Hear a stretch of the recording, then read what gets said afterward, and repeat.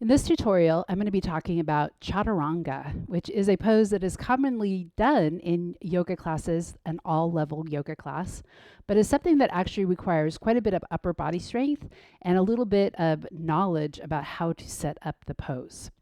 Chaturanga is also referred to as the four-limbed staff pose.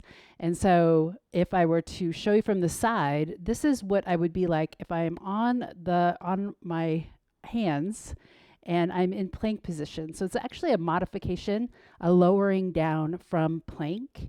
You'll notice that there's a 90-degree angle between my upper arm and my forearm and my forearm and my wrist, which requires a little bit of mobility. And so mobility training in the wrists is important for this, as is making sure that you hug your upper arm bones in and engage the core.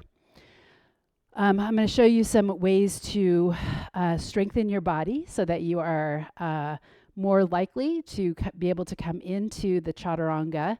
We're going to first start using our knees, and perhaps if you have a block, that would be beneficial as well. So I'm going to come in to all fours, and I'm just going to sense what it is like to rock front to back. And I might even go beyond that 90 degrees as if I am like looking over the edge, maybe of a canyon, could imagine, or the edge of a building. I'm peeking over the edge of it. And then just notice how that feels to your wrists.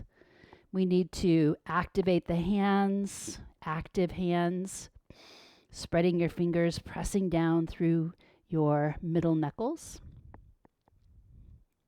And then let's sit back onto our heels, maybe coming up onto your knees, and just roll out your wrists for a moment.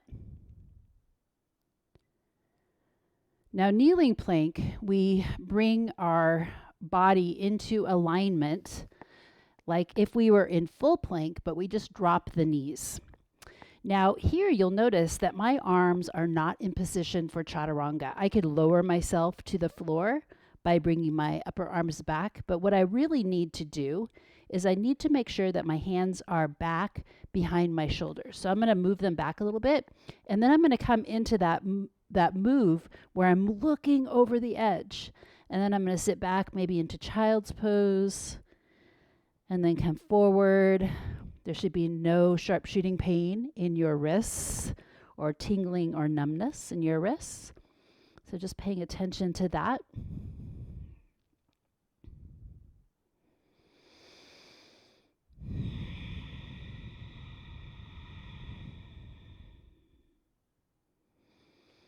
And one nice thing to do here is to stretch out your wrists the other way. And so you can bring your hands back in.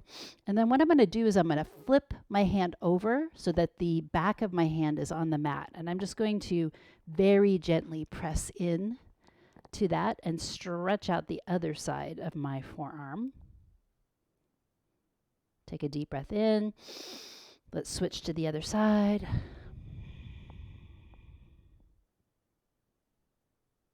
Okay. So I'm going to show this without the block first. We're going to walk our hands out. We're going to come into plank position and then drop your knees. Move your hands back a little bit, peek out over the edge, and then drop your chest halfway. And you'll notice that you could pause here and breathe. You're nice and strong, and then press back.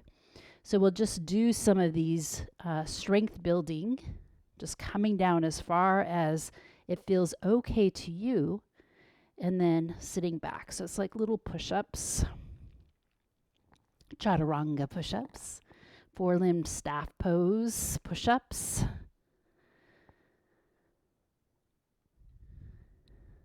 Okay.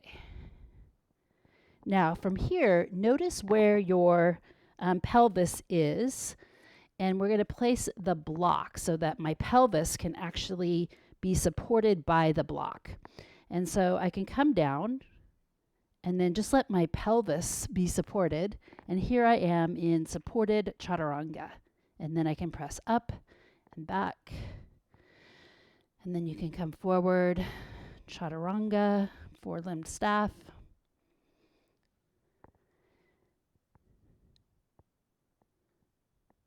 Now we could do the same thing but lifting our knees up off the floor. So lifting my knees up off the floor, I could look over the edge, look over the edge, look over the edge, bring it down, hold it, maybe place my pelvis down, breathe, breathe, breathe, and then lift up and off. You could also do this without the block. So let's see if Sal will move out of the way for just a second. Plank position. Coming forward, lower yourself, tuck your tail, strong pose, and then press up and into downward dog. So that is your Chaturanga pose. And if you had, you found that challenging, that is perfectly normal because this is not an easy pose, even though it's oftentimes done in like over and over and over again in introductory or all level yoga classes.